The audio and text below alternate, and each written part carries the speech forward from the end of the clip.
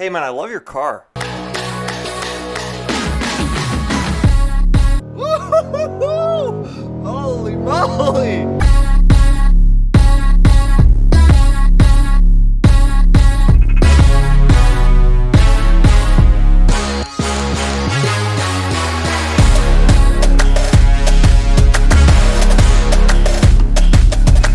Alright, so that car is an absolute dream, but can you afford it? So today we're going to be talking about if you can afford a 2023 C8 Corvette, or specifically what car you can afford, how much money you need to make in order to afford a C8 or any other car.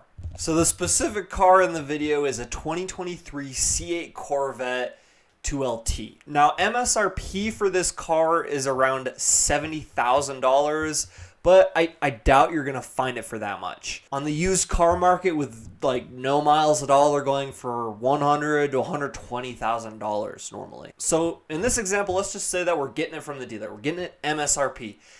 And what we're going to be going through applies to any other car you might be looking at too. We're just specifically looking at the C8 Corvette in this video. So we have $70,595 for the MSRP price of this car. So obviously there's two main ways to buy a car. You can pay in cash or you can get a loan. So say you have enough cash for this car to buy outright, or say that you're approved for a loan of $70,000. But does that mean you really should buy it just because you can, or because you are accepted for a loan or you have the cash to do so? So we're going to be talking about a pretty common rule that you can follow when looking to purchase a car. And that is the 24-10 rule. All right, so the 24-10 rule explained simply and quickly here. So the 20 refers to the down payment. So you should be able to afford a 20% down payment in cash when you purchase the vehicle. And the 4 refers to the max term. So 4 years max, or 48 months. And the 10 refers to your monthly payment. Your monthly payment should only be 10% of your monthly income. So the case for this car at $70,595, we're looking at a $14,119 down payment, which would be 20%. Minimum, you should be able to pay in cash when you purchase the vehicle. So the max terms is pretty straightforward. Now monthly payment here, let's jump into Excel and talk about that a little bit deeper.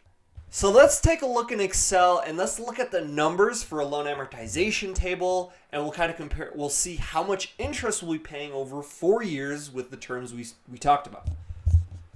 All right, so here we have a loan amortization kind of set up for us already. So our loan amount is going to be $70,595. We're then going to want to subtract our 20% down payment, which was $14,119.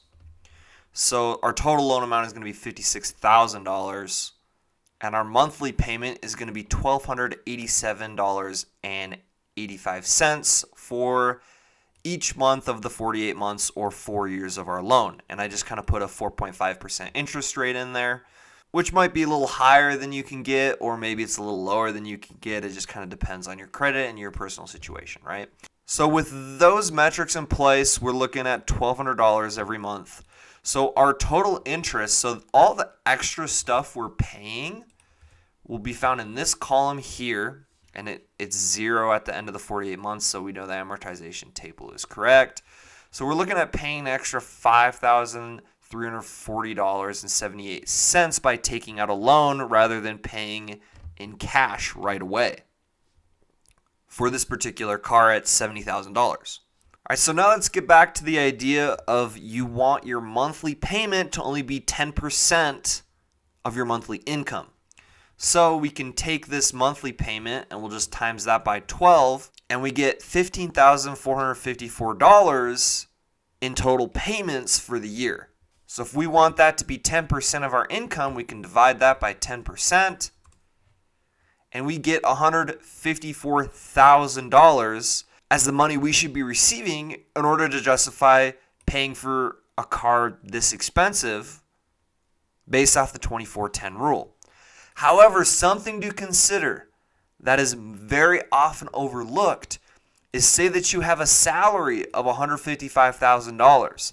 That does not mean that you're taking home $155,000. You're going to be paying taxes for that. And let's just keep it simple. Let's say that we're paying 30% in taxes for the year. So really we're paying $46,000 in taxes, and we're really only taking home $108,000. So that wouldn't meet the criteria for the 24/10 rule. So we'll have to do a little bit of extra math to figure out how much we would need to make before taxes in order to justify this car according to this rule. So let's do some quick math to figure this out. We can just do a quick goal-seek formula. So we know we need to make $154,000 before taxes in order to justify a $1,200 monthly car payment.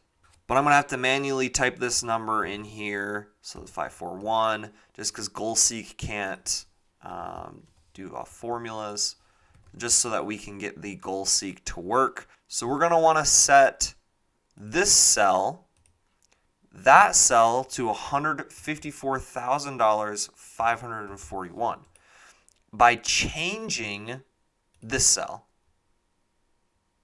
And we'll hit OK.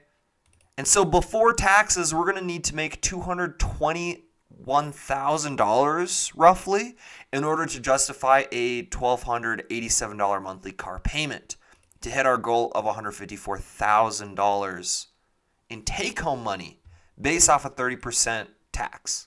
Now that could be more or less depending on, tax breaks that you receive or whatnot.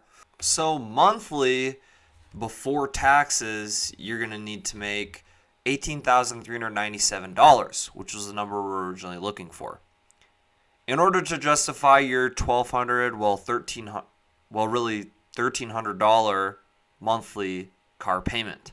All right, so that's just a quick example of how you can determine how much car you can afford based off your income.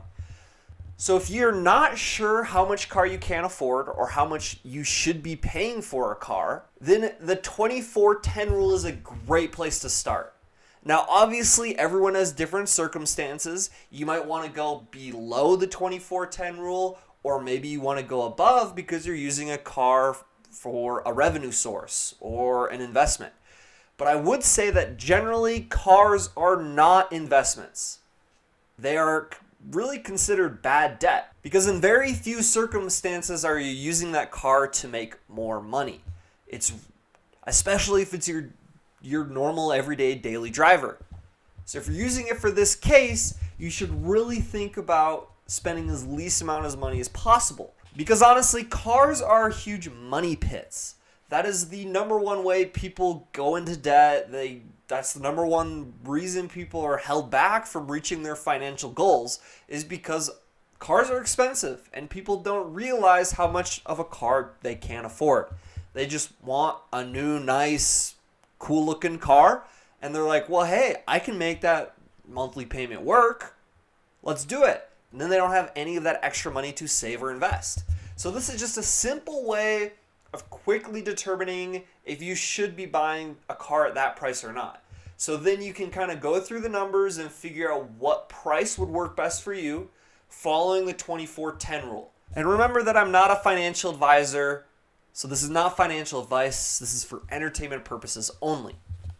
But just remember that it's smarter to save and invest your money than spend it on a car. So that's a super simple, and I've tried to make it as clean as I possibly could. Hopefully you followed along. Please subscribe, smash the like button. I appreciate it so much. Thank you, and have a great rest of your day.